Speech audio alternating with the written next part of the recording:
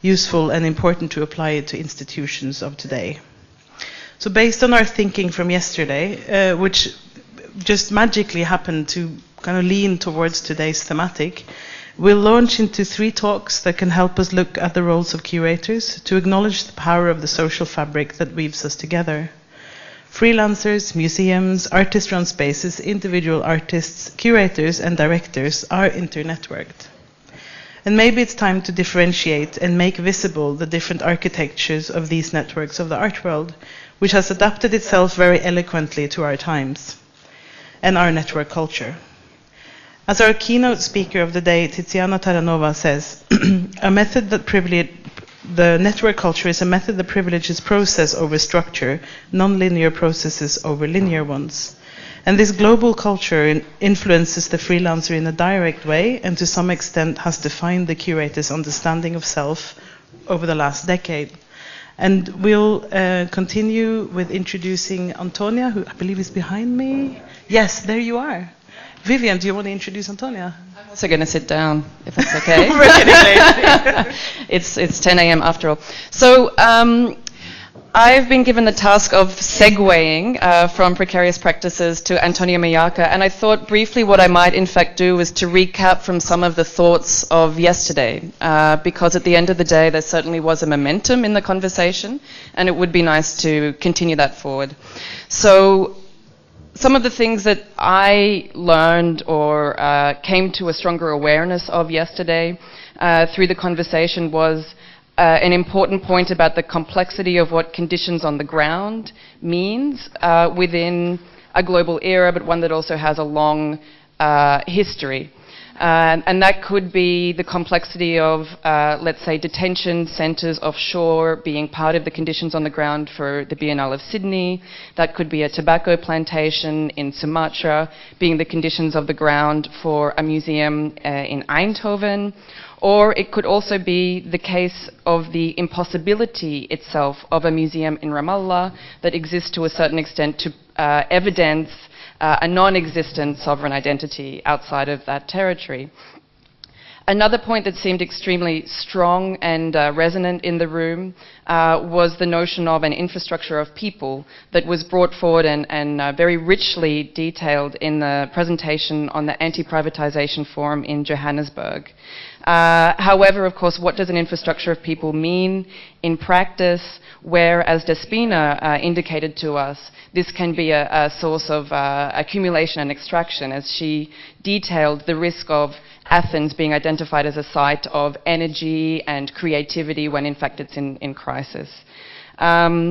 Rachel also, with the paper with Danny Butt, indicated how the curatorial trope of managerialism is often implied in the capacity to ignore or to cut off from what those greater structural conditions are. So there's a number of themes between those, but I mean, I think Lara Khalidi's point of a condition of impossibility is something that seems to resonate across it. There seems to be a number of paradoxes that are unresolvable double binds. And so within such a situation, there is only one recourse, and that is to magic. And to the casting of spells or to the reinscribing of conditions, which I think is the perfect introduction to Antonia Miyaka. There's been a certain joke that perhaps if there were to be a next edition, that it would be called Witches of the Institution. I think she is the perfect person to maybe begin to carry that idea with her paper, Against Curating as Endorsing. Thank you, Antonia.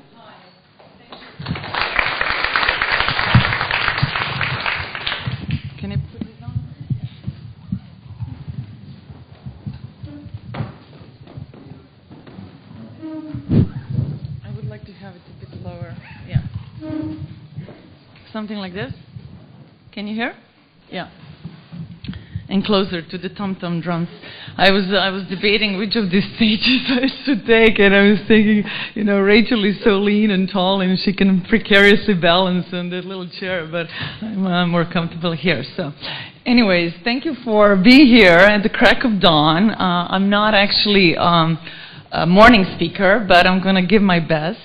What I'm going to be saying is something that I already presented in a more condensed version in a couple of different occasions, but it's a kind of a text in progress, and I hope to have it in a more structured and final form next year, also published. So bear with me a little bit. And I don't have it written, I have it in different notes, but I did write a small short chapter, which would be one of my 2 preambles to what I'm going to say, or what I'm going to just share with you basically today as a maybe kind of a soft incipiency into a conversation that can follow. So maybe we start with the video first. I just found last night this video, which I thought was great. Saviour, previous in the collections of 3 kings of England. King Charles I, King Charles II, and King James II. At 120, not yours. Do you want 130? 240 million is the bid, ladies and gentlemen. I'm selling at 240 million. 302 million is bid. 302. 35 would be next, please. All done. At 315, a shake of the head, no? Okay. What would you like? 318? Gentlemen. 400. 400 million.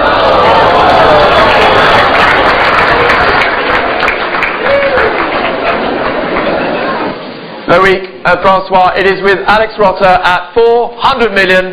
Leonardo Salvatore Mundi selling here at Christie's. $400 million is the bid, and the piece is sold.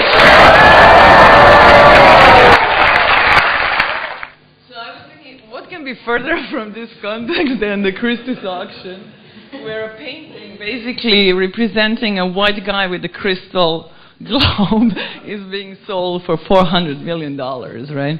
So that's very far away from us, but that I think also makes sense to bring, into a horizon of what we're talking about today. So bear that in mind, just the kind of the iconographic moment. Of course, it's a painting by a Leonardo, but it's also a painting by a Renaissance guy, of another guy, as I said, who is in this case presented as very white and blonde, and we know that he was in fact a Palestinian Jew and a political rebel, but that's a different story. So I managed to write something down as a kind of a little, not really a manifesto, because I never operate with this kind of position. Should I now climb? Okay. So now I'm going to have this mic in front of my face. Okay, good. So it could be called curating does not mean endorsing, pontificating, including, or giving voice. And in brackets, on exposing, not exhibiting. Curating, as far as I'm concerned, is not necessarily endorsing.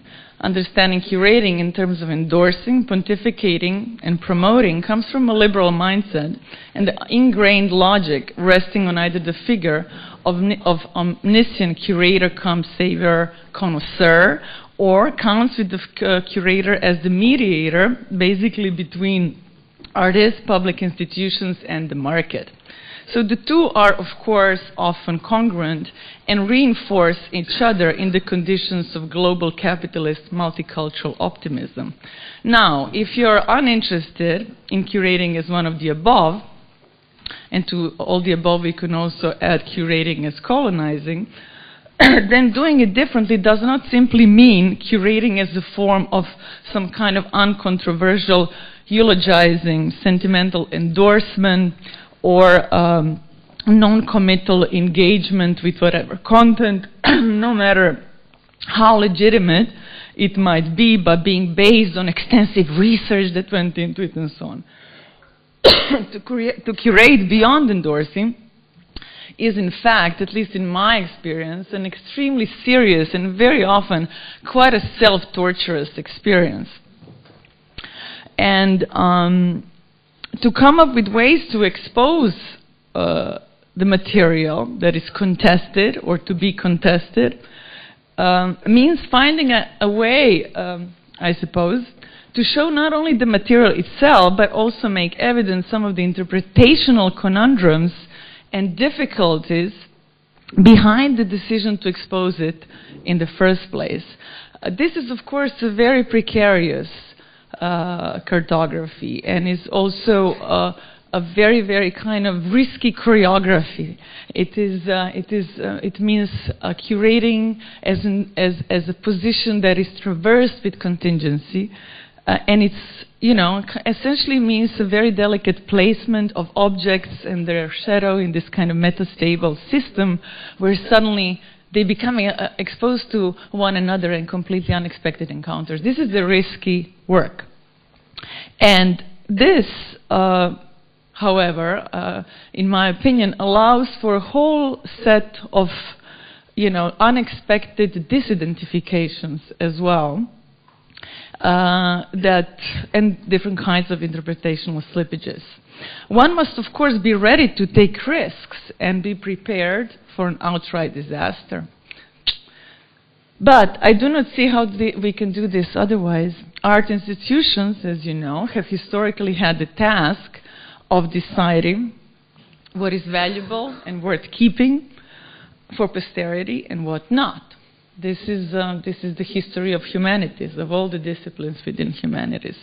The Western institutions are, of course, at the same time institutions of Western capitalism and institutions of bourgeois taste. As such, they are institutions of Western humanism, of enlightenment, and the white male subject of rational choice, crystal globes, consumer sovereignty, and so on.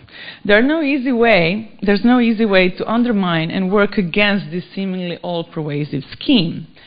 The scheme in which galleries promote, art institutions pontificate, curators celebrate in different ways, endorse, promote, and so on, and then basically market capitalizes. Exactly because of the entirely normalized persistence of this model, it seems to me that the exhibition must turn into a form of exposure, and also including a kind of a self-exposure, kind of a, you know, openness to certain vulnerability. And therefore, exposing is something that I'm suggesting instead of exhibiting.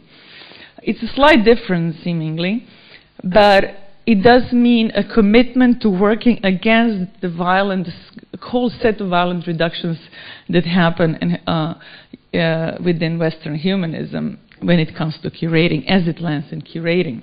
The semiotics of morality, the melodramatics of Western psyche, its eternal stare into this godless abyss of capitalist modernity, and so on. So now to say that what we actually deal with is capitalist modernity, we have to figure out, you know, whether we agree on this and how to actually map and understand the contemporaneity, right? Key, because it seems to us that, you know, it seems to me that it's obvious. It's not that obvious that we agree where we are, no? And probably this is something that I derived from my conversations with the colleague Luciana Parisi, also a mutual friend with Tiziana, where we try to describe, you know, kind of a couple of essential paradigms of understanding contemporaneity.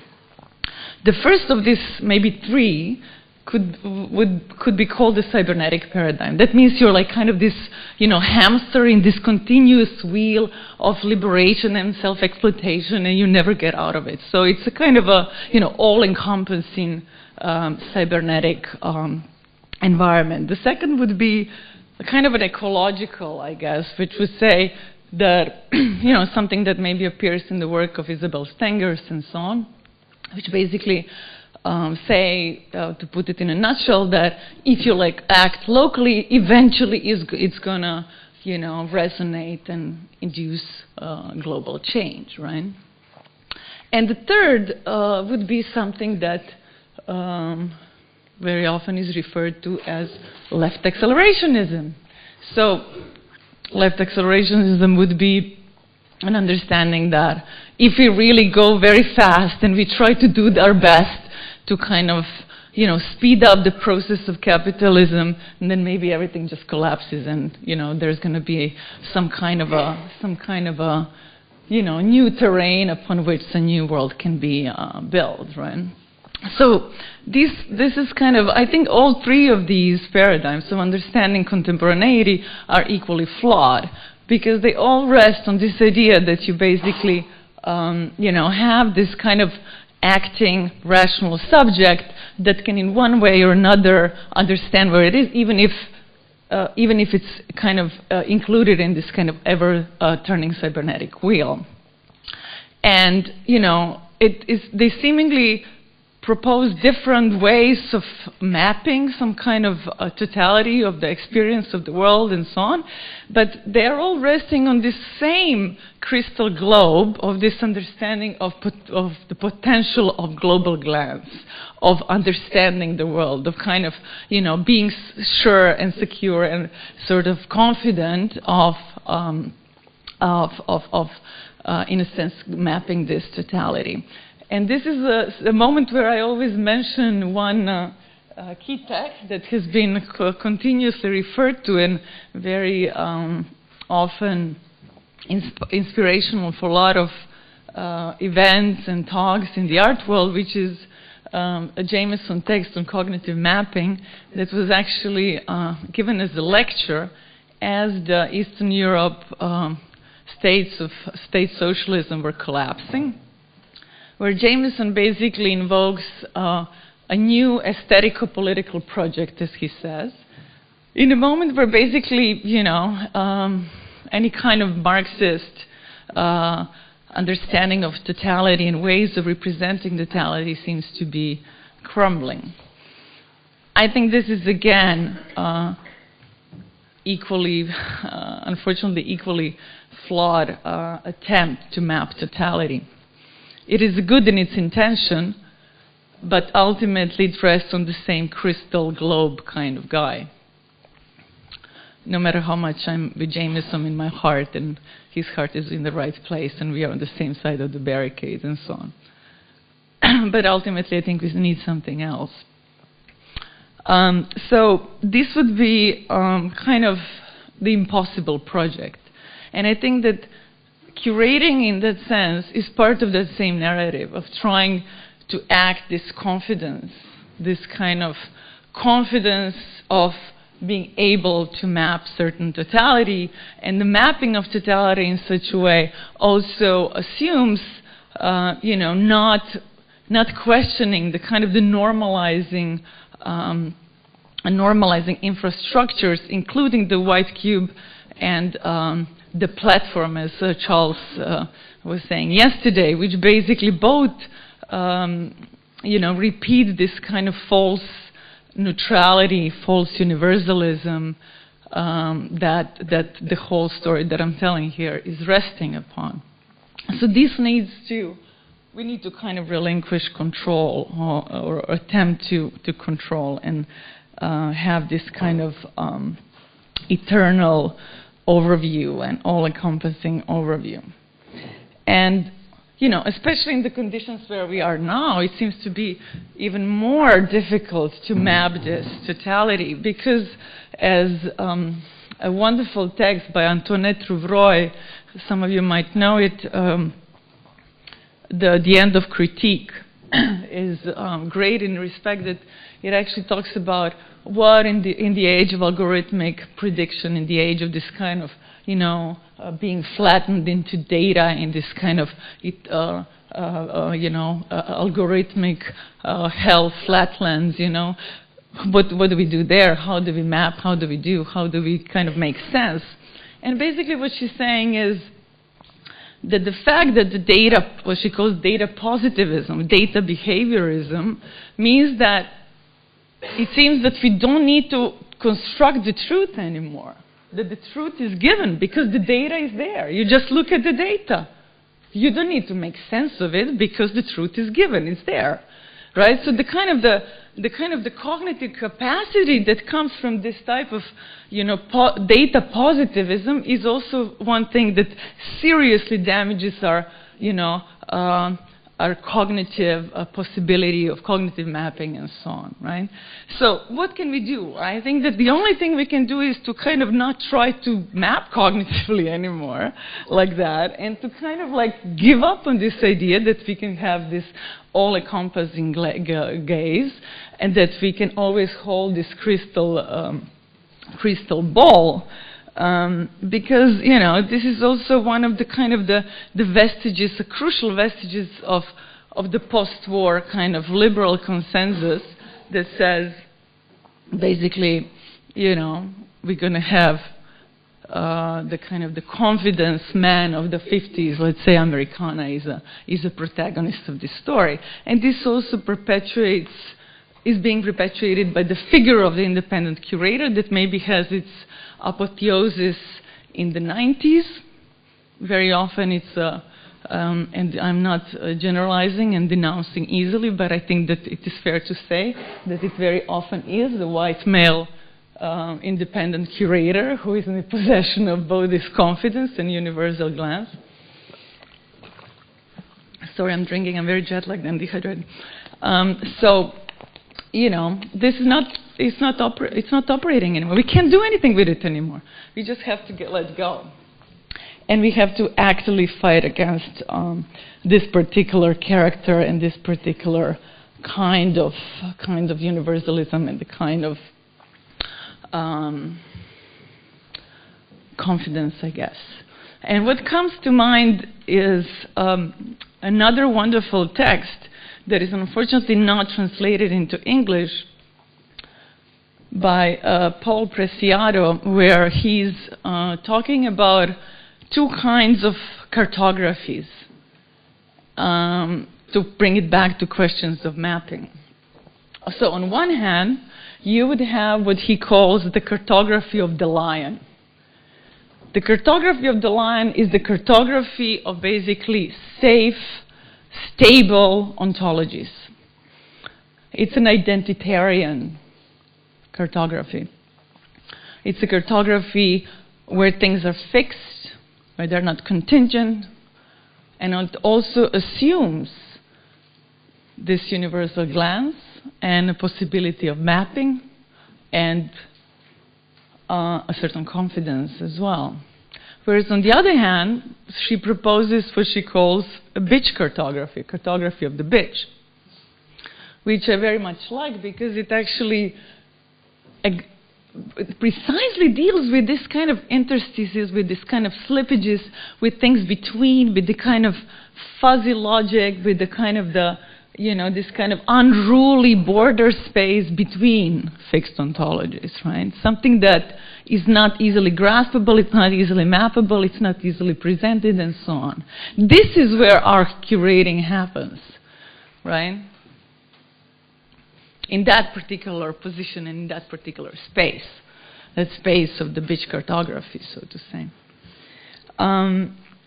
But to come to that, I invoke another metaphor, so to say, which I take from Denise Ferreira da Silva, her beautiful book, Toward the Global Idea of Race, where Denise introduces this idea of the transversal I versus affectable I. She's referring to I as a subject. She's referring to, while speaking about the bodies, she calls it no bodies, bodies in the favelas, bodies that do not deserve to be seen, represented, and so on. But I take this as something that has been reworked by Fred Moten in his lecture delivered a couple of years ago, where he takes from Denise's understanding of the difference between the transparent I, the all-seeing I, the I that understands, the I of the confidence, the universal I would add, versus not the I of the affect. The affectable I is not only I that is the I that is driven by affect or some kind of irrational, right? It is the I that is perceived as always being led by the affect, the I that is easily affectable, the I that is discredited for not being the transparent universal I, but being specific.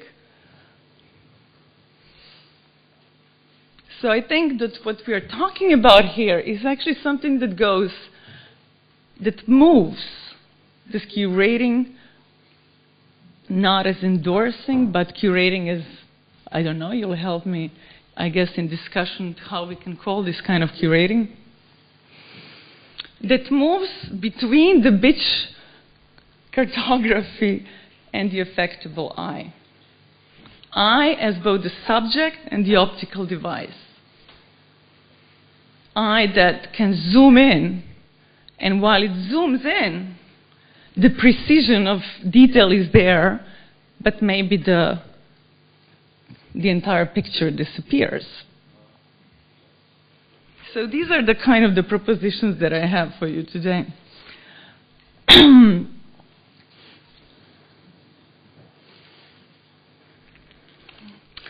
And of course, we are constantly talking about this white male universalism and so on.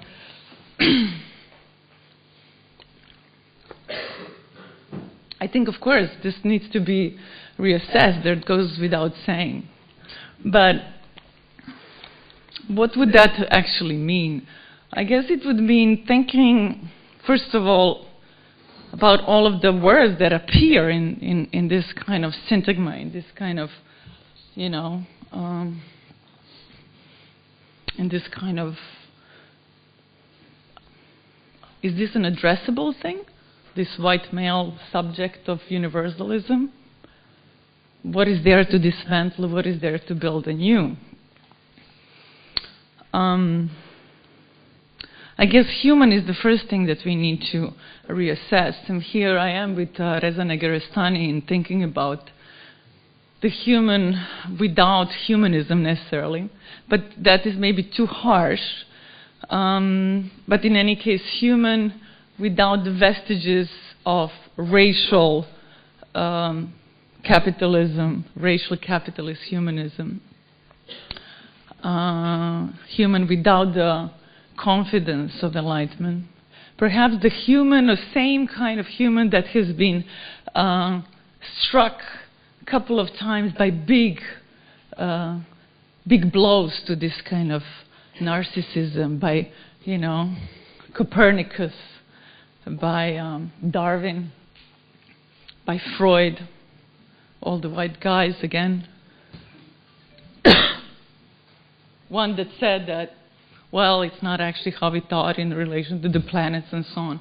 The other one that said, well, the human is not so special, it's also just being created from this, more or less, kind of very earthly materials as all other other beings. And then finally, Freud that says, well, we cannot really influence everything, there is this unconscious and it kind of drives us and so on. So maybe these blows were not enough, so we have to do something, I guess, else. But what if we say that as much as, if we agree, that's at least how I see it, that communism never happened, maybe we can think that universal humanism never happened. That what we are living today is some kind of state humanism, which is maybe similar to state socialism, and we are all here to work towards new kind of universal humanism. Thank you. So that's it.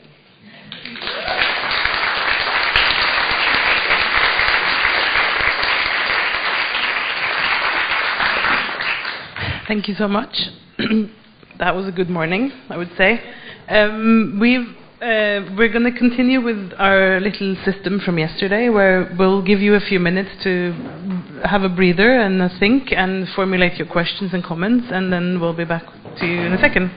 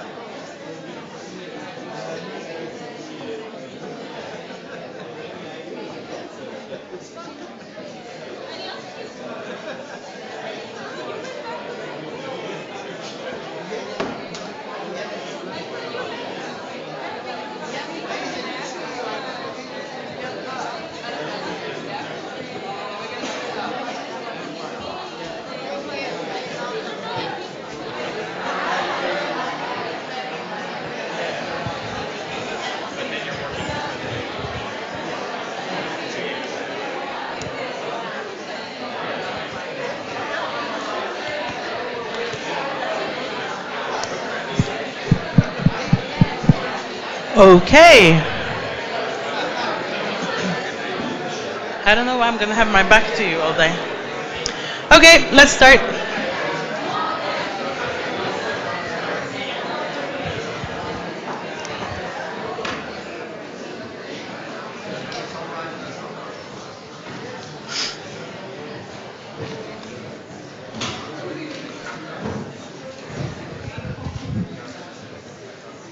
Okay, thank you so much for that talk, presentation, unfolding of things and thoughts.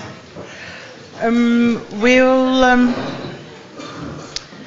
I don't like being, this is too frontal. So do you, it's okay. Do you have, sorry, yeah, it's chaotic. You like it? Yeah. I'm happy, thank you. So we're going to launch into questions about the potentiality of being against curating as endorsing. And I really want to hear if there are any thoughts from the floor before we potentially continue a conversation. You were all here yesterday, it's not very... Ah, there you go. Can I throw it? Yeah, of course you can. Hi there. Thank you for that excellent talk. I heard at the end that we would like to move toward a universal humanism, but the talk is titled Against Curating as Endorsing. And so I'm wondering if, in a too simplistic way, if there's a way to re-articulate what the curating is for or toward. Maybe if you could just... That was my question to you, that we can maybe now have a session where we decide, now that we eliminated everything that we don't want curating to be, now we can work towards what we want it to be, right? But you know, you inspired me actually yesterday. We had a talk over lunch, and Rick.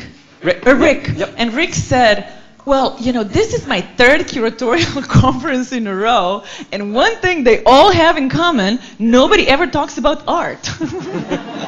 And that's why I showed the Leonardo painting in the beginning.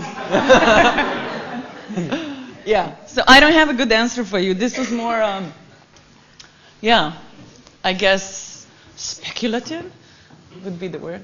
But can I kind of pick up on that, because you do introduce a term at the beginning that I wanted to ask you about, which was exposing, not exhibiting, or exposure rather than exhibition. Yeah. Can you maybe link that into your endpoint? Well, I think it's good to support things with some examples for sure. I am a curator after all as well. I'll give you an example, and where I actually used this word as the title of a project. It was just called Exposures. I was invited together with my colleague Ivana Bago to curate a biennial in what is today an independent Republic of Srpska within Bosnia and Herzegovina, which is the only republic at the moment in the middle of Europe that is based on genocide and legitimized through the peace treaty of Dayton in 1995. And then we said, we don't think that Bosnia needs a post or pre-emergency biennial. At that time, everybody was doing emergency biennials. So we said, instead of that, maybe you can give us this cash and we can stay here for 2 years. So we did. And we showed very little, but I'm not saying this is some kind of, some sort of heroic, but it was tough. It was very tough, and we spent a lot of time working with survivors of Omarska camps, with local youth and so on. And after 2 years of working in Banja Luka and in Bosnia, I was so done with the region, I just had to escape. I was literally sick. And also, at that time, most of our friends and colleagues and comrades in ex-Yugoslavia basically didn't want to have to do anything, didn't want to have anything to do with this project. Because it didn't really fit with this idea that we should always celebrate the Yugoslav socialist experience, non-alignment, self-management by the workers and so on. which we all agree, right? But how far can we go by continuously referring to that experience without understanding that it ended up in a genocide? That the working class we are discussing there ended up in a mass grave. That the war served as a means for privatization. So I'm just giving this as an example because understanding all this, we then realize that, we have to also self-expose to a degree and accept that we are very, very, very vulnerable and that we cannot narrate this history that is complex. That is something that Charles Escher discussed yesterday. How do we reassess these positions of certainty? How do we go beyond this confidence man, right? So this is what I mean by exposure. Exposure means not only exposing yourself and your kind of uncertainty and the kind of curating as traversed as by contingency, as I said, but also, being ready for that risk to fail miserably. As I said, curating as again, this sounds very melodramatic and kind of heroic, but it is a self-torturing task in my mind. And some time ago, probably around the time when we finished this project in Bosnia, where we also showed some, what in a different context and in a different exhibition, I would consider to be really bad artworks. And of course, I could also judge myself because I'm partly responsible for some of these works being today very successful in the art market. They are, in fact. I know for a fact. They're really bad. But it was essential to show them there. It was really essential to show them there. And it was tough to show them there. It was really tough. But otherwise, we would never instigate that debate. We would never reach that level of the kind of mutuality of exposure between all of us, including, I don't know, I think audience is such a reactionary category, it should be abolished. But, people who came there, who shared this experience with us and so on. Sorry, that was a long monologue. It's always good with long answers. We need you, Vivian. You're supposed to be in this area with the green one.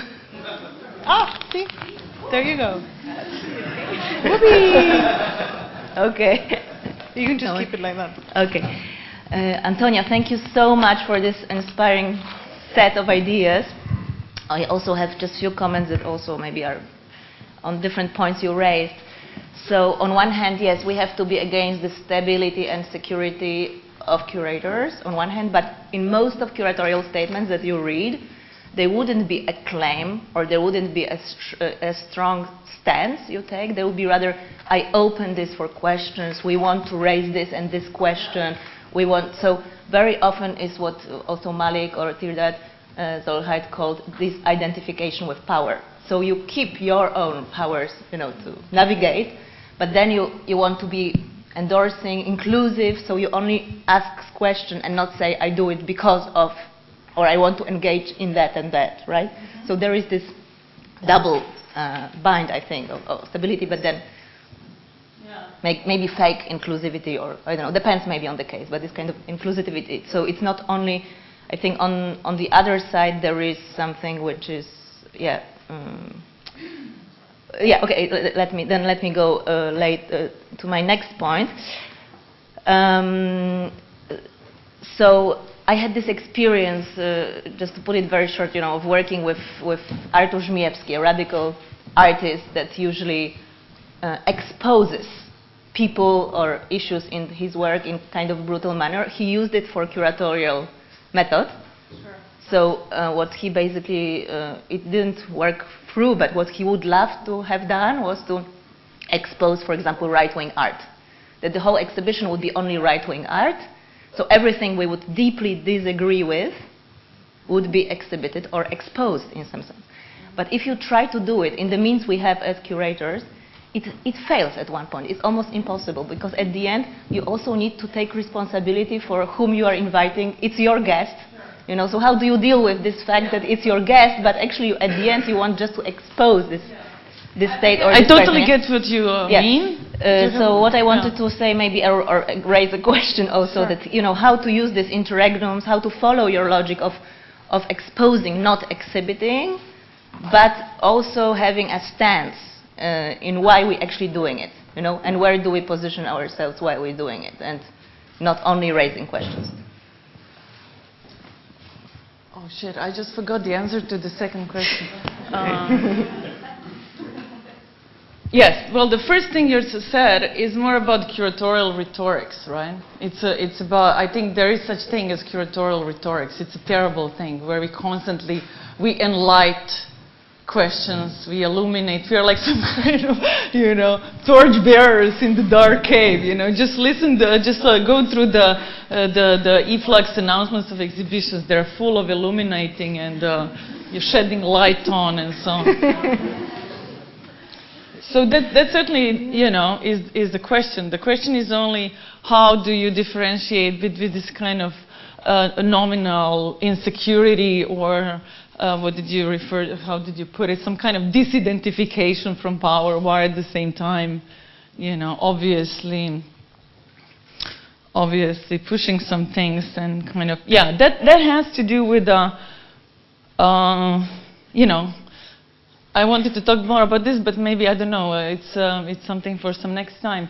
How the famous anti-psychiatry motto says to treat the patients without treating the institution is basically madness, right? So we cannot either treat the artist or curator if the institutions are so fucked up, right? So we have to work around that.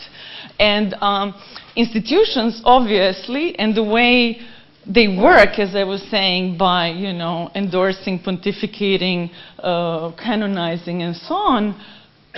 They do this job as well, right? So how do you go beyond that? Because this is, to go back to what I was talking about in terms of Denise and Fred's take on affectable eye versus transparent eye. Institutions they are the transparent eye. They are the universal eye, right? They do that work. They are this optical device that provides this all-encompassing glaze of confidence, right? And unfortunately, I remember, I think it was you, Charles, who said, at one time in Zagreb, we were talking about how the figure of how did museums become populist, basically? And you were saying how in the 80s there was a lot of money, so the museums had to kind of, justify all this cash that was coming, so they became very popular, and then it was just like a, quick slip into populism. Once they became popular, it was almost there, just a step away from, museum being populist. But, this coincides, I think, with this rise of the figure of this independent curator. So now I was involved in a project that looks at the canon of Western modernism at the House of World Cultures, HKW in Berlin, where we looked into the kind of the resignifications of modernism, so to say, that happened in the period from the 30s to the 50s and 60s. And we looked through the workings and ideologies professed by thinkers, artists, and so on, gathered around a certain organization that is more or less obscure in different contexts, called the Congress for Cultural Freedom. So there's the freedom, this ultimate empty signifier. So, to talk about these institutions and how to kind of work against it, it's a loop. Now I'm going to come back to it. So you have this curator, the confidence man, which I think is the most symptomatic figure of the 90s. It doesn't have to be a white curator to do that. But there's confidence that comes from being formed in the 80s when there was a lot of money and based on the liberal consensus of the 50s. So then when these curators do their assessment of Western canon, what they do, they either annotate That means we have this master narrative of Western modernist canon, let's say, and then we're going to intervene into it by adding. We're going to add a little tapestry from a native Australian artist, or, you know. So that's one way they do it. Then others, especially in Germany, they like to do things with a lot of confidence in what I could maybe call some kind of, you know, they're all obsessed with media ontology, so they do it like some kind of redemptive media, you know. We can narrate the whole history, but, you know, media is going to bring us. So, you know, to go back to your question, these are the operators of this matrix, of this system. You cannot intervene into the canon by repeating it. You cannot criticize the hegemon by using the hegemon's language, at least in my opinion, right? And this is why our exhibition is really ugly, and it's not placed on white walls. It's not a white cube. A friend of mine, Ana Teixeira Pinto, said, "Why does this exhibition look like it's a chicken coop? It's really ugly." I said, "Yeah, it's not stating anything with too much certainty, right?" And it's also the kind of the relations that are being formed are exactly this kind of very, you know, relations of contingency, I guess. So, yeah, something like that, maybe. There is a comment right there. Or are you just... Yeah. I just wanted to connect what you just were talking about then to your point about the project, the 2-year project that was not going to be a biennale. Because when I was speaking yesterday about conditions on the ground, I wish that I'd answered that question in terms of art history, right? Because people think that conditions on the ground are not aesthetic and are not art historical. And I think that example is a perfect example of what the opposite of what I was talking about as globalist irresponsibility towards art history, right? And this is a huge, I mean, if we think about it in terms of, you know, the curation of times and zones of conflict versus conflicts that are temporal, conflicts of time in artistic production, curatorial production, you know, it's more often than not the case that curatorial projects will find out that they go to this contested space. They're able to produce this show faster than the people that feel most responsible to the material, because those people will take the most time to figure out how not to fuck it up. And because it takes too long in the production times that we live in to produce that more difficult, you know, more torturous curatorial labour, the faster person who's less aware of what is at stake in producing that exhibition to the, you know, in a way that it does justice to the material at the level of justice, right? You know, the exchange between those two figures is really the conflict of curatorial time, I think. And I mean, you know, what I like about the show and what I still don't, I mean, it's going to take me 4 times to see that show, which is also the Hakeve show, because it's about a kind of constellation of various kinds of conditions on the ground that relating funding to political contestation and to also parallel literacies in politics informing art. And, you know, I mean, to me, this is really the parallax vision in curatorial professionalism, in terms of how much time you get given to do the project that is possible in that project time versus your responsibility to the people that haven't been given that time or that money that are experts in the material, right? And this is the only way that I think, you know, the concept of collaboration was coming into my talk yesterday. Like, if you actually can't feel responsible to those people that know more than you about the work that you're mediating, there's a limit to your professionalism in that internationalist or interregional or intercontextual relationship, basically. I was wondering if you could talk more about that, because I think, Rachel, I love you more every day. You're just brilliant, and it's absolutely what was missing, I think, in my talk, to say that it is a question of time, that it's not event, as you said yesterday as well, and I think this needs to be underlined, from your talk as well, that boycott does not work because it's, it kind of, again, works with the same logic of state of some kind of exception, emergency, and so on. So what you're saying just super resonates with what I'm saying, including this kind of, the parallax view, I guess. In order to connect, and before we go on to the next speaker, and thank you for just one of the best speaker performances that I've seen in years, Antonia. That was unbelievable. But so a reflection that strikes me is that these are incredibly nuanced, self-reflexive positions, right? They're coming from, I know that you work as a freelancer and actually work in academia in order to be economically viable, and I know that Rachel's more or less in the same world of things, as am I.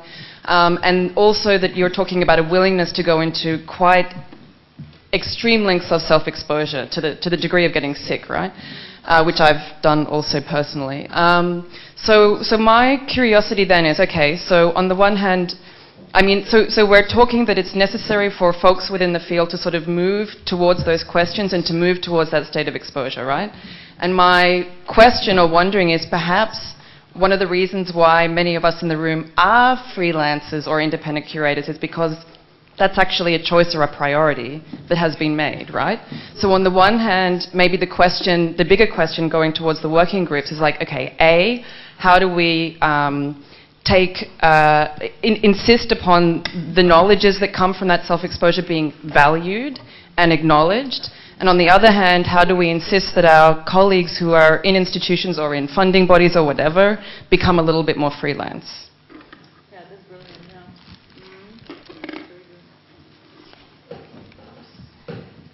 Thank you.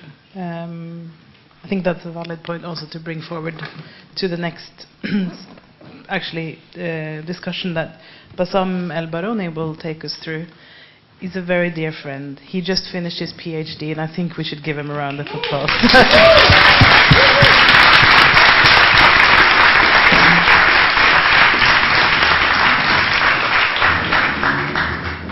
And the freshly minted doctor.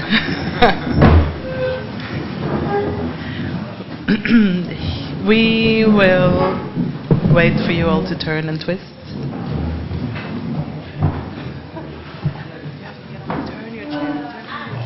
Sorry, yes. We do have a microphone. Where did the microphone go? It's right here. No, there you go. Thank you. Sorry. That's number one. That's number one, yes. Sorry. Just clip it into the thing. Can you just do... Sorry. I'll help you, Bassam, don't worry.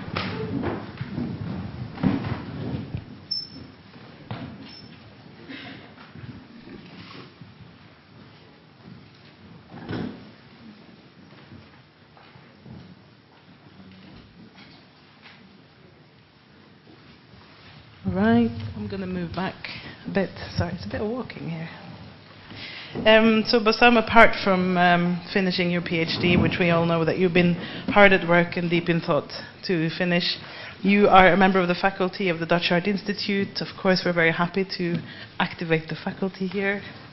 And we're very proud that you'll share a few of your key points from that work, where you challenge our desires to reduce uncertainty based on rationality, and how this can lead to a persuasion of the universal. And in your work, you problematize the democratic majority rule just as much as hardcore neoliberal moves.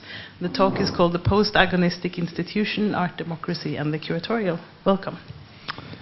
Thank you so much, Anna. Thank you so much, Vivian, for inviting me. And thanks, everybody, for being here today. So, I'm sorry to disappoint you a little bit. I'll be reading from a paper, but I'll try and be as casual as possible. So,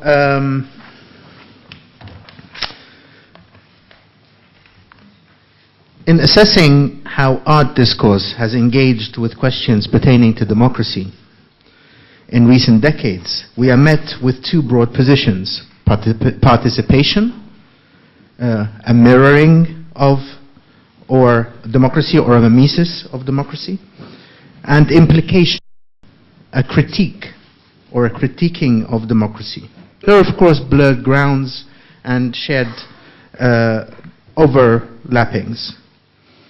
Moreover, there is a variation. What this theory has helped engender is the transformation of the position of participation, morphing it into occupation, or the aspiration to occupy institutional frameworks through the radicalization of democracy.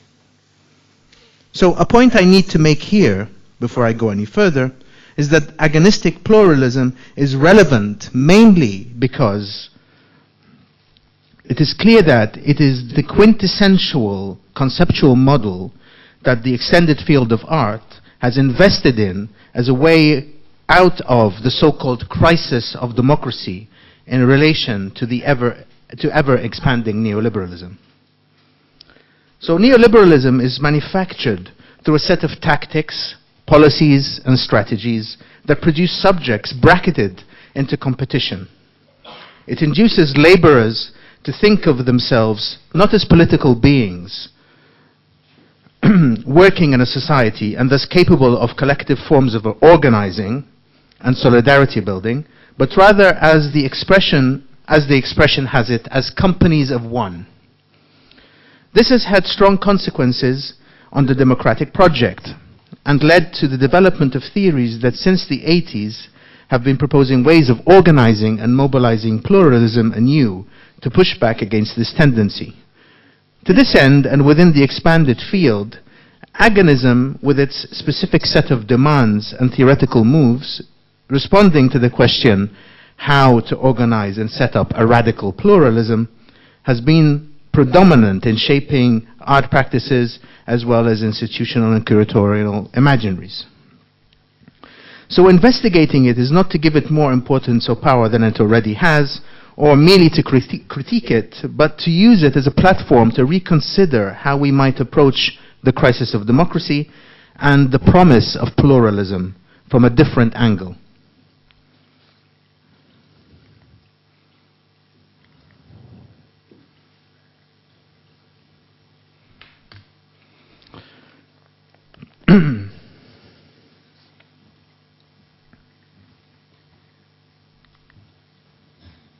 So, Mouffe often refers to democratic designs, a terminology she leaves underdefined.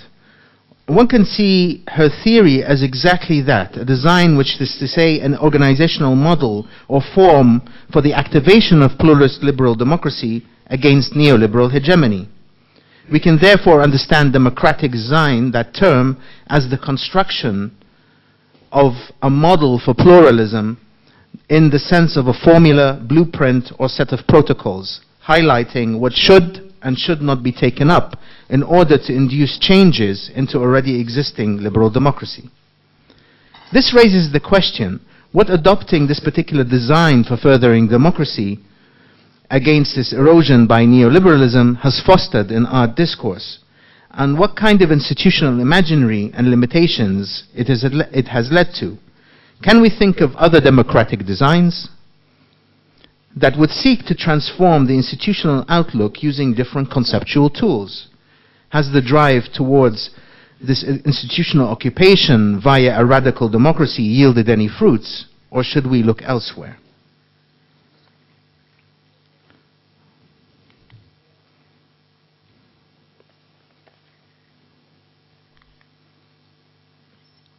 So there are certain characteristics that Mouffe develops in her discourse, and that we can say are characteristics of agonal democracy in general. One such characteristic I call the institutionalization of incommensurability, which is, as I define it, a fixation with the supposed political productivity of considering subjects as agents incapable of being measured together. Incommensurability, coming to us originally from mathematics, has the meaning of two things that are incapable of being measured together. So the institution of incommensurability kind of parachutes that onto subjectivity and makes it an institutional model. So agonism sees the chief ingredient and guarantor of pluralist democracy as well as what constitutes its specificity. Instead of arguing for a rational consensus, it argues for a conflictual consensus that avoids falling into pure antagonism by reinventing conflict as a struggle between adversaries rather than a struggle between enemies. This is to circumvent Jürgen Habermas's deliberative democracy model, which MOVE sees as bent on achieving consensus to the detriment of pluralism. So a question for the art institution to engage with today is how to think of and apply models for pluralism that are neither agonistic in the Mouffian sense, nor bound to the withering ideals of the public sphere in the mold of Habermas. A point we can make here is that within the sphere of art, agonism has often been championed and adopted because it is seen as a bulwark against the seemingly more rationalistic Habermasian schema of or for a public sphere. But there is doubt as to whether the gulf between MOVE and Habermas is all that wide in the first place, and not merely exaggerated by MOVE for the purpose of theoretical efficacy. In fact, this exaggeration, whereby the agonistic is dramatically pitted against the rational, and this is actually a thematic throughout curating. Rationalism is always a problem, and there's always this kind of dramatic pitting, as if like our kind of debates and discussions don't have the rational embedded within them. And I think this is highly problematic and something that curatorial discourse should get rid of in general, kind of this particular formulation.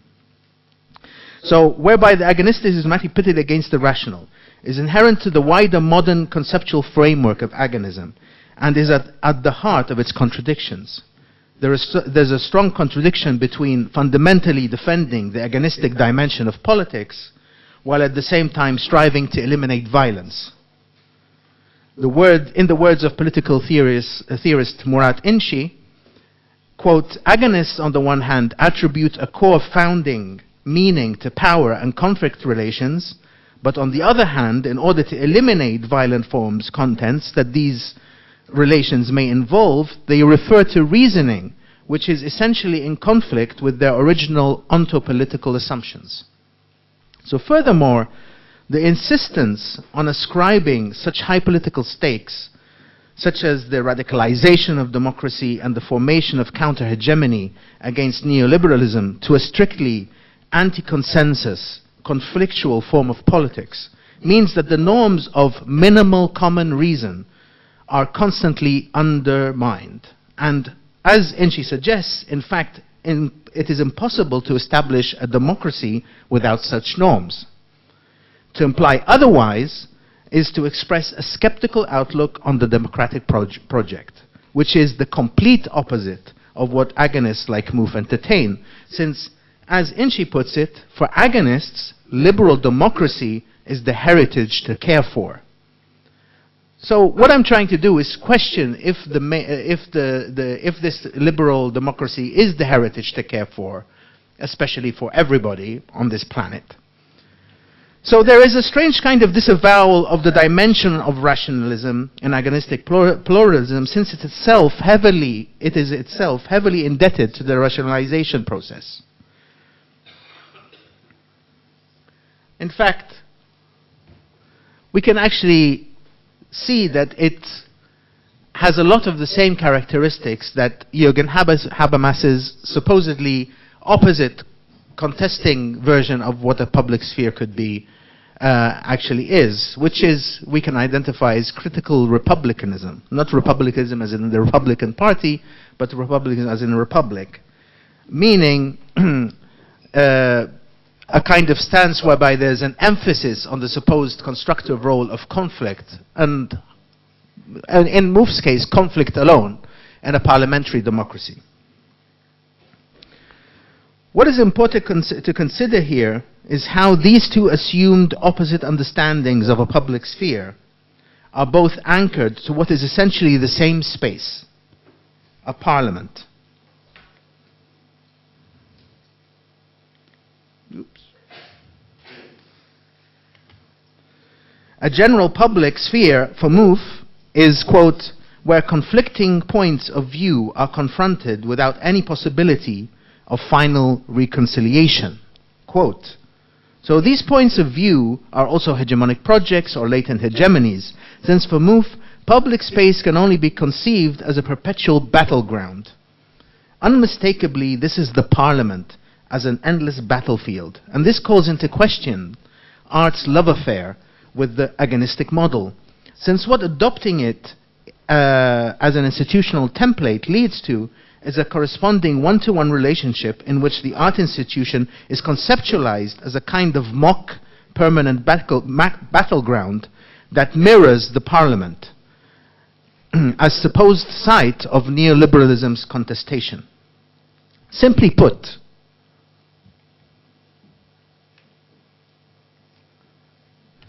agonistic art institutions, whether in theory or in practice, reproduce the limitations of parliamentarianism and retain as well as internalize the concrete space of the liberal democratic parliament as a kind of imprint or inner image, whatever they do and wherever they go.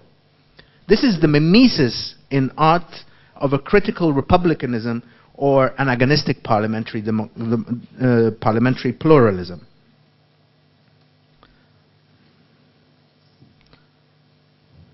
So one of the other main points that we can see in the agonistic model is this notion of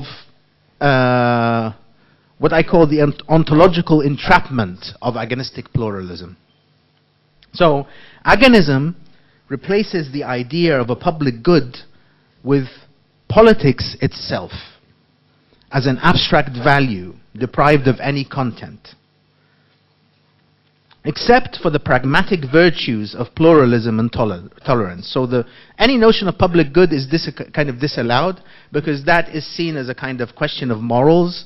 So that's completely eliminated. So politics itself is the only thing that's allowed to kind of be practiced, and politics is here understood as contestation and as conflict. So as a complex maneuver of substitutional swapping, agonism opens up the possibility of immanent critique for all groups in society, left, right, aliens, that are able to identify with this political opportunity and make use of it. However, this opportunity comes at the cost of a kind of ontological entrapment. This is because agonism denies the possibility or the desirability of citizens being able to free themselves from their attachment to social groups, subsidiary to the larger political community, or whose borders overflow those of the polis. In agonism, we're kind of tied, we're chained to our supposed identities, be them local identities, religious identities, whatever kind of affiliations we're supposed to be tied to. So it is because of this that the agonist trap only allows us to articulate a distinctive political virtue in terms of the value of political conflict itself. It is in this sense that agonism allows for a form of participation that resembles something like a universality, albeit a negative one, which can only be accessed through the value of a politics of conflict, based on an adversarial ontology of concrete others. And that's MOVE's term, by the way. So, and this is where we can understand how agonistic pluralism brings its occupational strategy into force. So institutional occupation, as envisioned by agonism, functions through what we may call the franchising of democracy. As an adequate institutional intervention in and of itself. The basic narrative is that democracy has been curtailed and encroached upon by neoliberal bureaucratization, and in light of this, there is a need for establishing a democratic ethos that we can associate with, quote from Mouffe, the mobilization of passions and sentiments, the multiplication of practices, institutions, and language games that provide the conditions of possibility for democratic subjects and democratic forms of willing, unquote. So art and its institutions become sites for this distributed democratic ethos. If we consider the concept of agonism to be the franchiser, what it licenses to the franchisees, in this case artists, practitioners, and arts institutions, is a particular operating method for democracy. The operating method of agonism is licensed to operate as an endpoint in and of itself, as if democracy itself is the goal. Enough. That's what's enough. All we need in the world is more democratization and all our problems will be solved. It won't. That's the argument here. It's not going to solve our main problems. So the operating method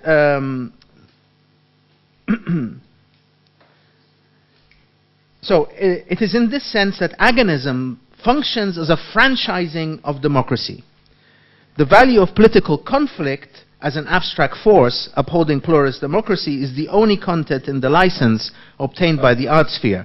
Everything else is considered a form of as form or technicality. So, I mean, there are examples here. I don't want to go too much into examples, but this kind of we have an example, for example, in the kind of Occupy movements, where for example, the Occupy Museum movement, when it first started at least, the whole idea was to democratize the museum. As if democratizing the museum itself is enough to kind of develop the kind of a discourse around, you know, better rights and a better world. It leaves things open, and that's the main point. You know, the democracy based on this idea of an empty signifier is an empty signifier here. It leaves things open. There's no project that is fulfilled beyond that point of the franchising of democracy itself. So now, the point I want to make and to come to is that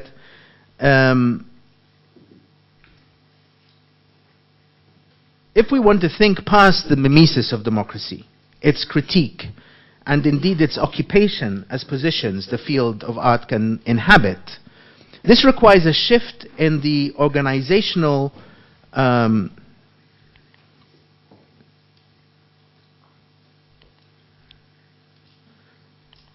sorry, I think I missed a slide, or no? Right. Okay. The point I want to make is that if thinking past the mimesis of democracy, its critique, and indeed its occupation as positions in the field of art, requires a shift in the organizational concepts and designs we use to generate our responses and interventions. The organizational model that is agonism, as I have been implying, is unlikely to lead us out of the current quandaries of democracy. By designing a model for pluralism, grounded on distinctions such as us, them, constitutive outsides, enemy, adversary, antagonism, agonism, etc., Mouffe provides a simple democratic design that places unreason on too high a pedestal, despite finding ourselves in a political landscape geared towards maximizing an environment of untruth. Rather than our fetishization of the site and object of parliament, we might look to, for example, the late American philosopher Wilfrid Sellars' metaphor of a space of reasons, a space that is premised on the common part, with which we can enter into any process of reasoning together without making assumptions about shared meanings, concepts, or beliefs. By banishing this common part, for example, this is what we find in MOVE, the space of reasons, by banishing it in order to radicalize democracy, MOVE also disallows the transformability of subjectivity. And I think this is one major point. It helps endorsing already existing identifications, but it banishes the transformation, the possibility of transformability of subjectivity, which, as I see it, is a main goal and is a main desire. So, as understood from the work of philosopher Johanna Seibt, whoops. Okay. Sorry, this is a bit fidgety.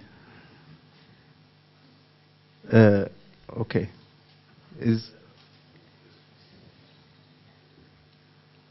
All right, so. Right. As understood from the work of the philosopher Johanna Seibt, the cultivation of the space of reasons, this common part, can be considered a project in its own right. The starting point might be in understanding what dialogue actually is. Looking at it more carefully on both the manifest, the kind of space of language, and the scientific registers. Underlying dialogue, Seibt tells us, is a process of cognitive orientation. So, dialogue in many ways, Seibt tells us, is a bit like when, imagine yourself in a building that you know quite well, but one day you exit this building from an exit you've never exited before. That moment, you're disoriented. You're a little bit kind of taken, you lose your bearings in a way.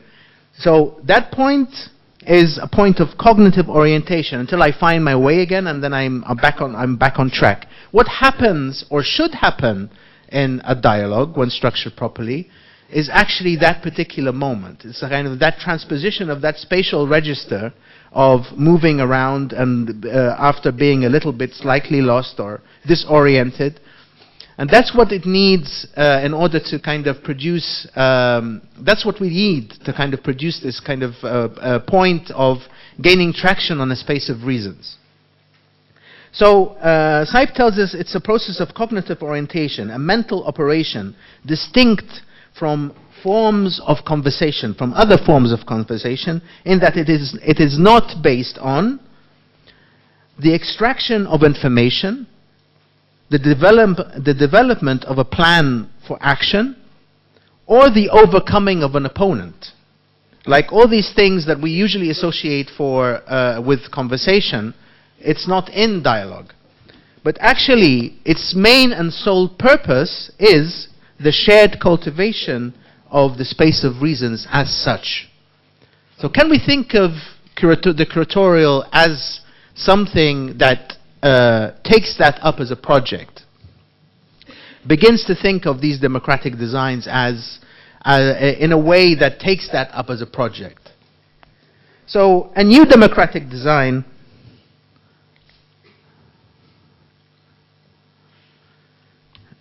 might draw on dialogue, intersubjective reasoning, and the design of models that do not start out from an absolute belief in the conflictual and the concreteness of others. Such a speculative project might be called the post-agonistic institution. This is an institutional practice that would permit an eventual shared understanding, achieved neither by imposing commonalities nor by exploiting incommensurability. Instead of privileging the radicalization of parliamentary democracy, we would be committing ourselves to what James Trafford has called a radical intersubjectivity, whereby in understanding the constraints of structural power, those engaged in a conversation can work to surpass those constraints through dialogue and reasoning, What is required, as Trafford points out, is a vision of reasoning together, which is capable of making claims that are irreducible to current structures of power, yet also not immune from them.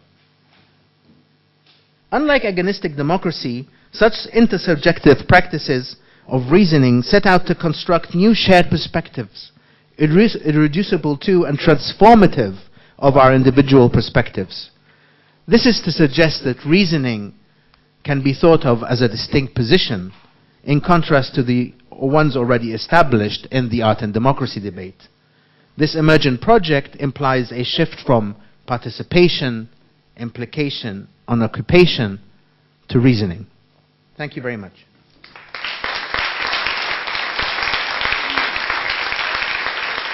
How are we going time-wise? Are you staying here?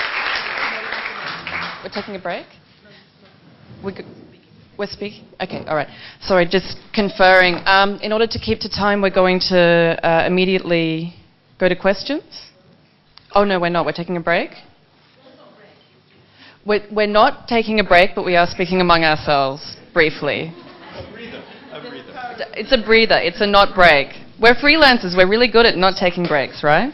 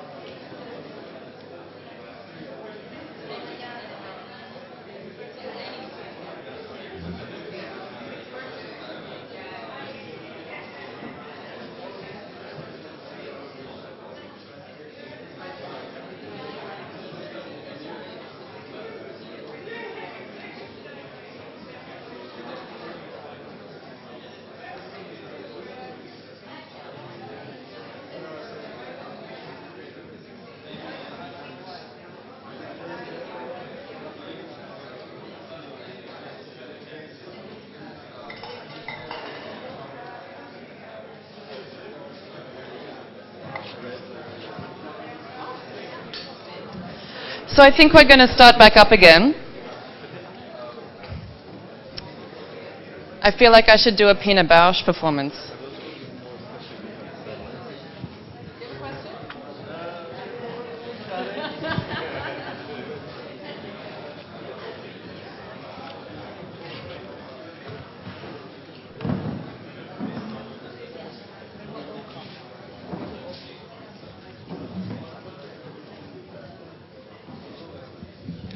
Thanks, Bassam. Following Anna's lead, are there any questions or thoughts from the audience in the very first instance?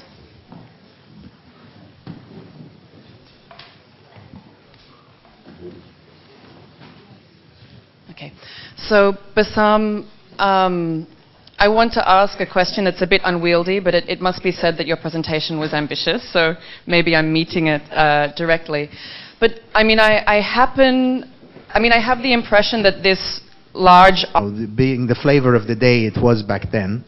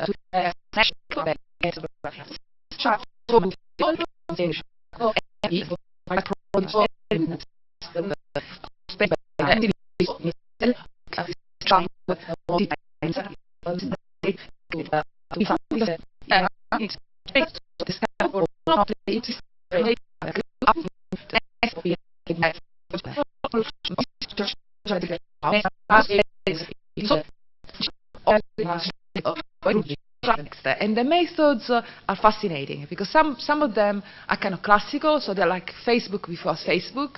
So you go to a group of people and ask them, who do you like best? No, who do you think is your best friend? And then out of that, you visualize this map. So, you know, that process had been done by social psychologists before in small groups. But if you look, if you just have a look at some of the famous papers of sociometry and social psychology that use this network, they would even go as far as produce sociometric charts for babies. So how do they do that? Because there would be a psychologist with a bunch of babies, maybe in a kind of nursery room, and then they would write down, count how often babies would look at each other. You know, which baby would be looked at the most, and which baby would be looked at the least. And then they produce a ranking. If that sounds familiar, you know, it's because it is how even Google's algorithm works. It uses this kind of method. So they produce a ranking of the most popular baby, sociometric star, and they isolate. So there's a whole history behind it of info visualization that use this familiar diagram, but were produced in all, about all kinds of phenomena that could be translated into a network. So you got then sociologists came in and they started producing social networks, social diagrams of kind of black communities, migrant communities. You would have sociometric or social network analysis studies of how strikes erupted in factories, where did they start? There is a study that really struck me, which was all about how a factory which was employed mostly women in the 1940s was shut down following an hysterical epidemics. Somebody said they were bitten by a bug and just collapsed to the floor, and then everybody else say, okay, we've been bitten, and there was this kind of, the factory was brought to a halt. So they used that to reconstruct where the contagion had come from. And so what I found looking at this diagram, which has been literally transcoded into the social network, was a much older tradition that has got to do with social psychology, social anthropology, sociology itself, and which takes another turn in the 1960s and 70s when the kind of social diagrams, and this is an intermediary step which is very important for social media, where social network analysis starts to move from small groups, which is what they've been mapping, to large populations. And these are the studies of Stanley Milgram about the 6 degrees of separation. So the famous study where he tried to see whether a letter could get from one individual in one part of the United States through another which they did not know, by choosing people that they thought might know somebody who might know that person. So it's a quite famous study. Less famous study is the one they produced about the so-called color line in the United States. They produced, the same group produced a study about the steps that you would take for a message or a letter to go from a white person to a black person in the US.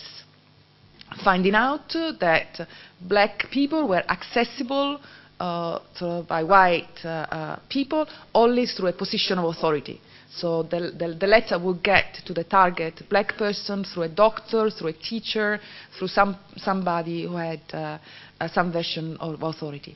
In the meanwhile, the info visualization got more, also through the use of computer modeling techniques, developed a set of standards or conventions that we are become very familiar with now. So it was not to be taken for granted that the more connected, more popular people should be at the center.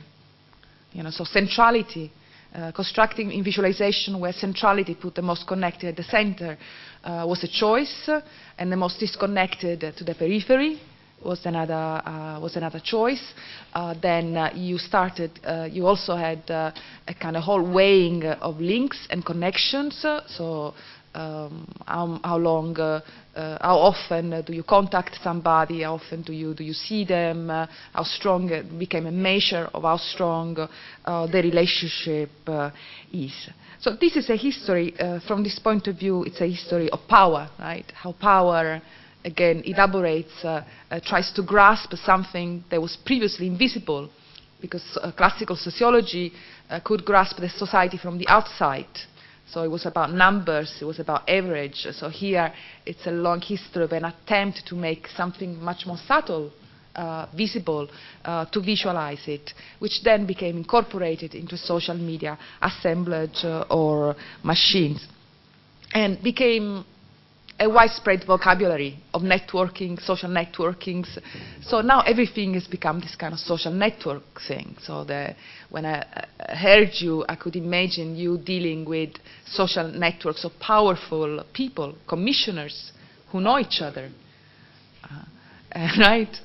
And then if you want to have a project started, you have to put together your own network.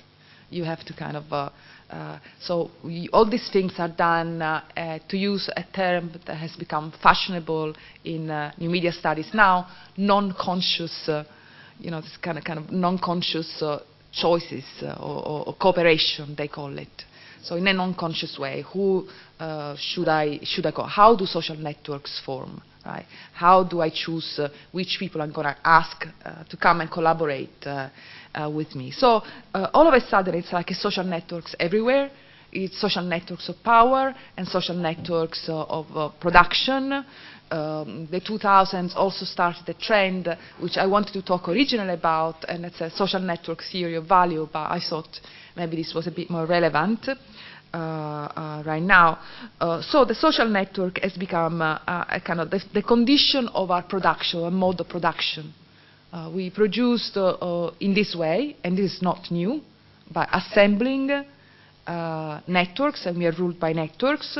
So the interest now is to see whether you can do something different with it, whether this diagram, whether this dispositive, how can you use it to elaborate the kind of politics that you're interested here, freelance politics. Traditionally, the political approach to social networks, which we find in the artwork of Mark Lombardi and Brian Holmes, has been to use the social network to do cognitive mapping. Right? So you use the social network to cognitively map power structures, directorships, who's sitting on which board, how many people are sitting on the same board. You make matrices and then you visualize it. And this was supposed to give the subordinate subjects some way to map the totality of power. And I don't think it worked, as again, Antonio, in the sense that he lacked a subject that could take on the visualization of power structures and do something about it. Although partially it would be maybe too much to say it was a failure. When we were talking about boycotting yesterday, I figured that a lot of boycotting is about also teasing out the invisible networks through which certain people come to occupy positions of power and get certain commissions.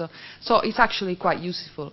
What is less explored, I think, is that what do you do when you actually form your own social network? What does it mean for you to form a network? I think that this kind of practice that we all engage is become flattened on kind of the technology. So connect, But for human individual organisms, as Radcliffe Brown called them, when individual organisms connect, it's not the same thing as when computers connect. Right? It's a different process. Computers connect through protocols. Maybe they're creating, there is a common space of reasoning for machines. That much we know. It's made with protocol. They manage to talk to each other in spite of their huge differences, and that was the spirit of internet working. But a social network to form needs something else. And in this sense, this kind of history of visualizing the invisible, which is how social network theorists try to operate, can tell us something.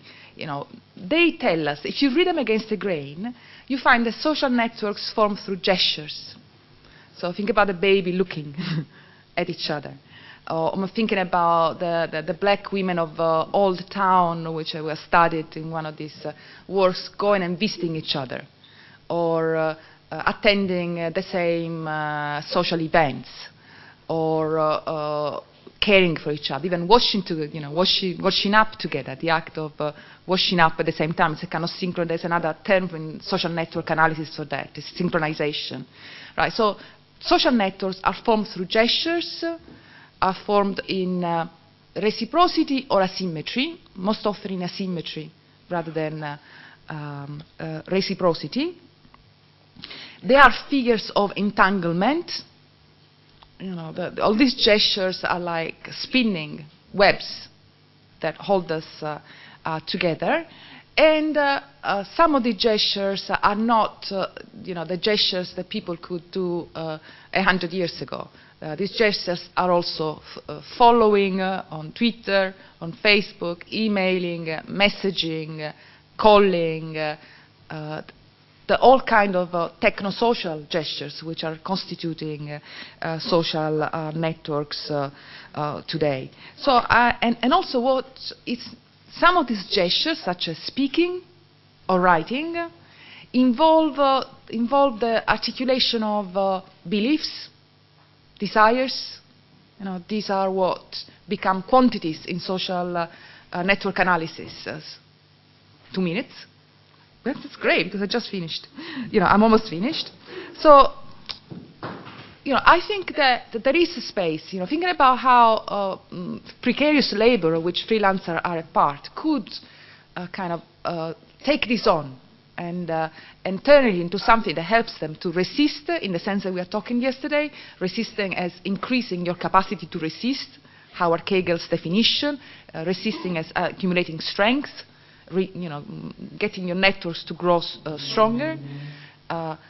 You can engage, you need to engage with this level, with how a social network is formed out of gestures, some of which are technical, how it's formed out of entanglements, how also it includes central figures and peripheral figures. What does it mean to reconstruct, to be in a peripheral and a central position? What does it mean for connections to be cut, as with a kind of Arab artist not being able to make the gesture of crossing the border and actually entering a museum in Palestine. So this is the input I wanted to give you. And for the rest, if you want, you can read Platform Capitalism and the Government of the Social, where I basically put across what I think that is the Facebook is kind of, Zuckerberg in particular is becoming a political figure to all effects, and they're getting ready for the kind of post-neoliberal mode of government of the social in ways that you can read about if you visit the website. So thanks a lot. Thank you so much for listening to me. I'm switching the in time. Yeah. Thank you. I think because of the time and also because of the nature of the talk, which is extremely accessible, and I appreciate that very much, particularly as we mentioned yesterday, with inviting people from other fields to be able to communicate across the divides, let's say. I just wanted you to maybe go a little bit into what you mentioned that you were planning to talk on, but that you didn't, because now you've described a kind of a social network, how they're formed. There is a genealogy there. But could you also just briefly make the leap into maybe something that you have been writing about extensively, which is the capitalization of the network? And also when you do that to a social network, which is, I guess, a realization that it's what we might be doing in a field of curatorial practice where there might not be it was capital. a different paper. I'm sorry if you expected No, I didn't. No, I kind not of at all. reacted to what I heard yesterday, No. where the question of value was not. Not at all. This is just to be able to expand on your thinking for everyone who's not okay, familiar. that's going to require extreme synthesis. Please. Most theories of social network production presuppose a kind of invisible hand that allows people, when they kind of get socially together, to somehow self-organize and produce value. You find that in theories of social production. And also in Marxism sometimes. There is an assumption that social cooperation is kind of automatic. It doesn't need to be looked at specifically much more. I think that I followed very much Maurizio Lazzarato's work on TARD, in L'Epostance et l'Invention, and I've become convinced that he's right about that in social production, value, the production of economic value, or monetary value, or exchangeable value depends on the mobilization of social values. So social values, which could be aesthetic values, which could be ethical values, which could be truth values, are the engine of social cooperation, because it has become a voluntary thing. It's not right, because they can see the numbers of shares, of likes, they're working on large quantities, they're working on populations. That's why I think they're ready for government, almost ready for government to make that leap. So from our sides, how do we become conscious that cooperation in social networks involves the mobilization of this kind of what Moreno called psychological currencies, currents.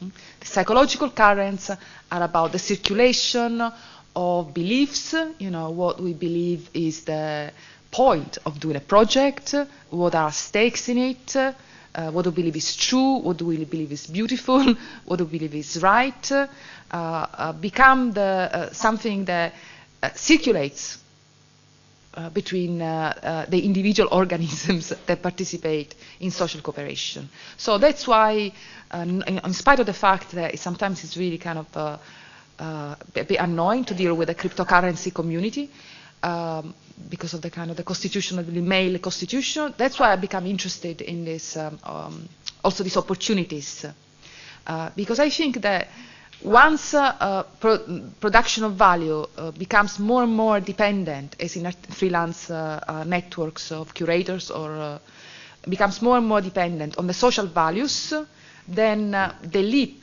in the translation from social values into currencies, which can be used to ensure some kind of protection from poverty, homelessness, starvation, which I think is the case for a lot of kind of precarious laborers, maybe can be devised. It's not going to be peaceful, because we've seen that. We are talking before about the smart cooperative.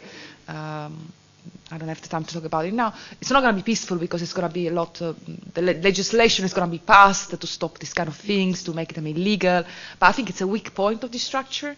You know, the kind of the economic development is showing us more and more that all kinds of labor, even labor that we deem menial, right? We talk about menial and immaterial labor, is still a social component of valorization, and that the leap from that to the creation of abstract currencies is an interesting space, or platforms of some kind. Thank you. Yeah.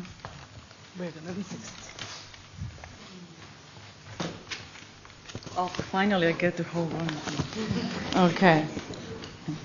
So, first of all, this was just brilliant, as always, from Tiziana. I wouldn't expect anything less. It's so rich, and I'm obviously enjoying the fact that it resonates so much with what I was saying. Yes, I think it's kind of, I don't know whether I would call it symptomatic, but I think it's interesting in any case that what you imply, I guess also in resonance to Bassam's invocation of the common space of reasoning, that basically that computers and computer protocols create that common space of reasoning for computational reasoning, if you want, right? Which also implies to me that to think about the space of reasoning as a common task, we have to share the idea of some kind of common self, right? Something that we can agree as to be the subject of that reasoning, which is, I guess, something to be discussed further, maybe with Bassam.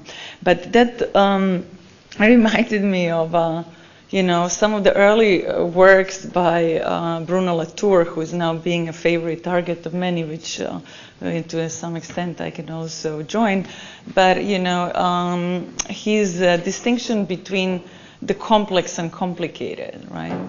And here I come to agonism and agonistic space and so on.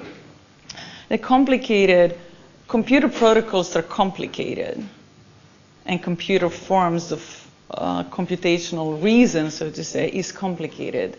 But in Latour's differentiation, it certainly would not be complex. A conversation in a bar is complex, right?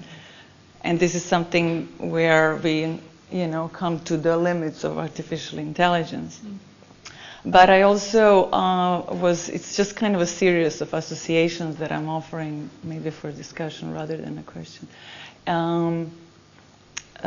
Thinking about similarly to what happened with Facebook, perhaps, I'm reminded of how, one of the kind of Google corporate statement before 2005 is that Google wants to be this kind of serve as the universal archive, the archive of universal knowledge. The mission statements of these companies. Exactly. So, and at that time they still had all of these projects, like that were making this universal archive, so to say, accessible. This is going to sound a little bit like a conspiracy theory, but it's interesting to me that the moment that Ray Kurzweil joins Google, all of this archive becomes basically a private archive for the extraction of value. So they're not publicly accessible anymore. The archive still exists, but it is just placed into the service of developing artificial intelligence and so on. So it's kind of interesting to think about these things, I guess, in relation to what you're saying. And a final point is that so here I come back to what the interesting slip that we heard from Vivian yesterday when she said, we turn into human capital. And I think it is interesting how this kind of universal humanist attempt to create the universal archive basically turns into the archive or kind of repository of human capital. Yeah? Yeah, and then just the final note in terms of the community, the global community and so on, and in terms of what you mentioned, the kind of the hysteria that caused the factory to close, I'm reminded of something that was termed by a Yugoslav psychoanalyst, a partisan hysteria, which is an interesting phenomena that when after the, after the war, after the kind of guerrilla revolutionary struggle in ex-Yugoslavia, the new hospitals were formed and so on, and they were trying to separate, based on gender, women partisans from men partisans, and they would not separate. They would just be completely going nuts about this separation, which I think is an interesting point as well in terms of, thinking about perhaps in a kind of, the line of thinking of, all of this beautiful French theory that is now slightly also discarded and forgotten, and kind of partly embarrassing, Blanchot and Nancy and so on, but more importantly, Bataille, and when Bataille says community of those. For me, the community is only the community of those without the community. That is the radical anti-essentialism in that project, right? So, that's where we, I guess we're going against the grain of this universal archive, which is basically the repository of human capital, right? Yeah. Do you have a response at all? Interesting. Another thing that I keep going back to is Foucault, reconstruction of civil society, the idea of civil society in Adam Ferguson, less Adam Smith, more Adam Ferguson. And the idea that civil society, first of all, it's Facebook that has become all about community. There was a Facebook community meeting in Chicago a few months ago, and now there's going to be one in Europe, I think in Germany, where they kind of get all these community leaders, they call them, who are the admins of the Facebook groups, and to show, all these beautiful things that they are doing. But I remember what Adam Ferguson said about civil society. That it was communitarian, not humanitarian. Which means civil society is exclusionary. It's about people are like me and people are not like me. People who, if something bad happens to them, either I don't care or I'm glad. That's a structure of civil society. And I think kind of Facebook has got a little bit of that.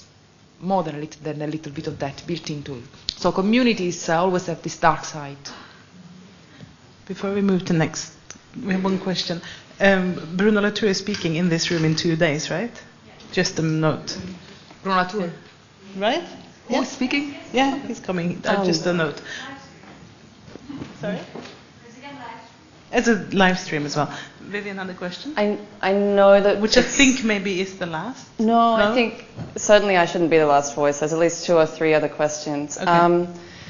Okay, so I'm sorry to be taking the microphone again when I know I'm hosting, but I have a burning question, to be honest, which is that...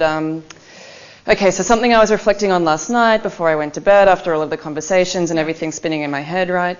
Is a bit of a difference, or the need to sort of qualify within the real conversations that we're having about labor and remuneration, right? The question of work.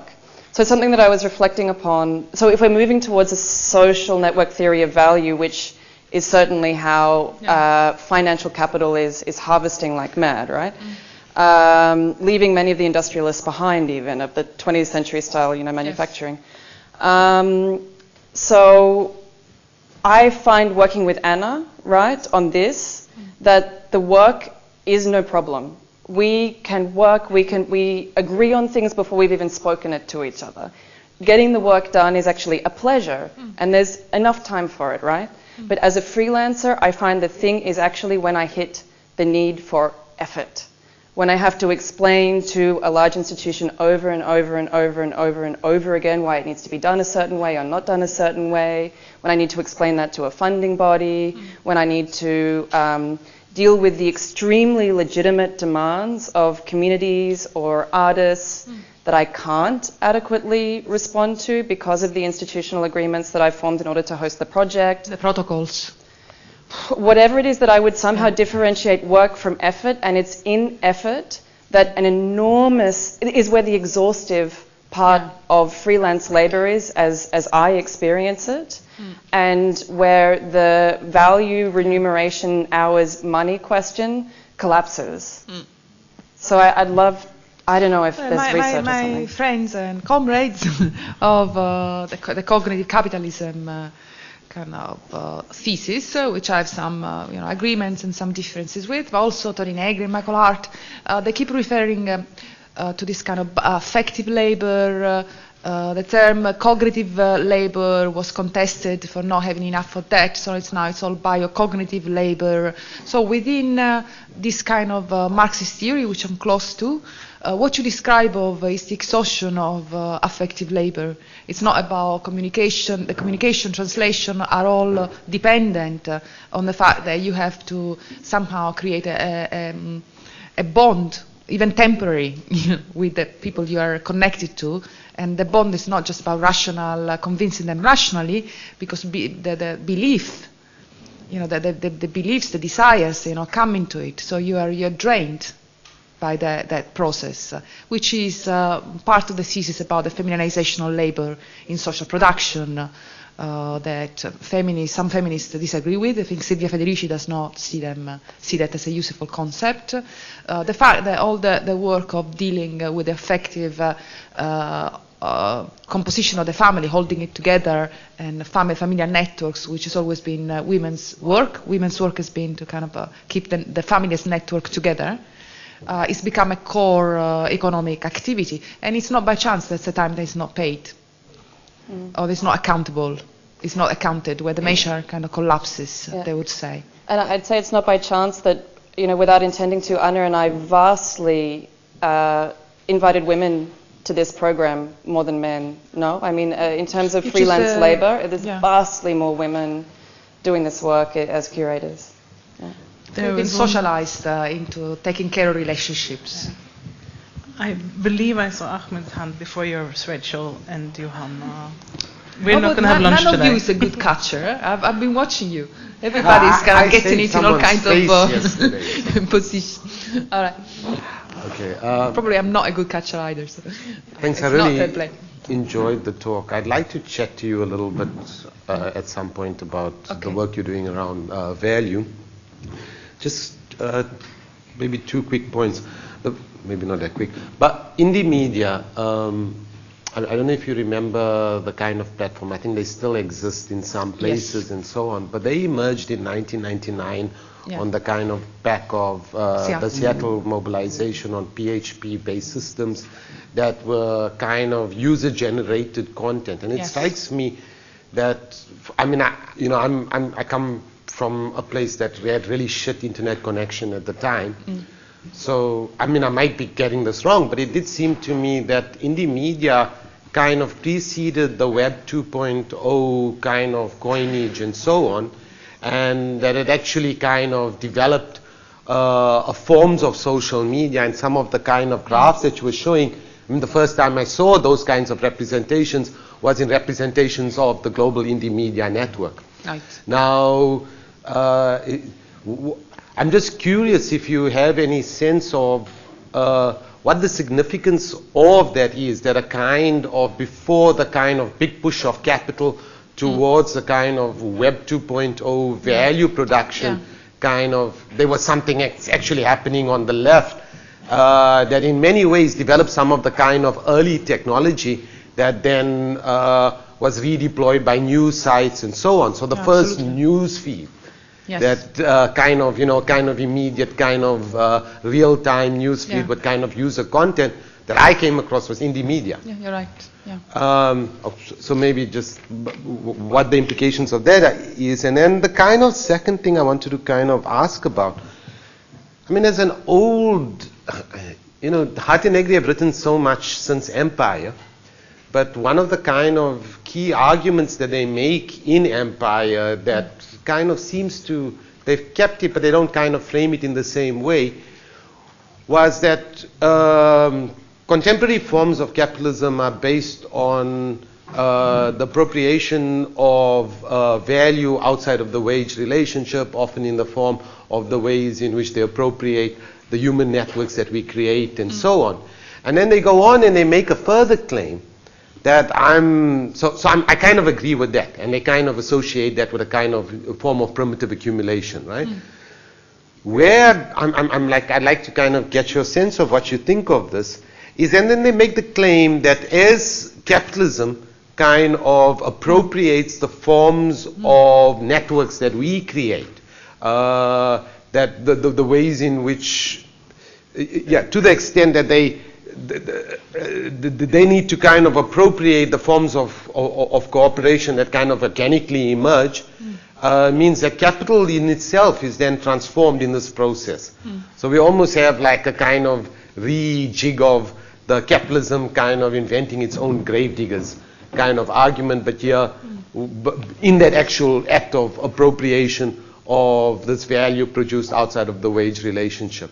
Yeah, that's a thesis, yes. Yeah, I mean, I just was curious I'll start from the last. Basically, they've been Tony Negri has been insisting, and the all post-autonomist media, apart from Bifo, who's following his online, that the rise of this kind of labor, social cooperation, precarious labor, indicates the potential autonomy of labor, and they haven't moved from that. But I think it's a bit different that capitalism digging its own graveyard, because it's a potential, it's an autonomy which is not just potential, it's real. We know how to produce. We know how to assemble our networks. We know how to get things done. Remember when we occupied the University of East London, it was a genial occupation because they just occupied the admin offices, and they showed that the university can run very efficiently without them, without the managers. You really don't need them. But at the same time, they're also saying that this development has been matched by reorganization of capitalism. And the financialization, extractivism has become, are the means through which this kind of hold, this control, which is what you need to have in order to extract value, to monetize this effort at some level. So they think it's moved to financialization as a new forms of extractivism, and which requires a political answer. And there, it's where assembly now.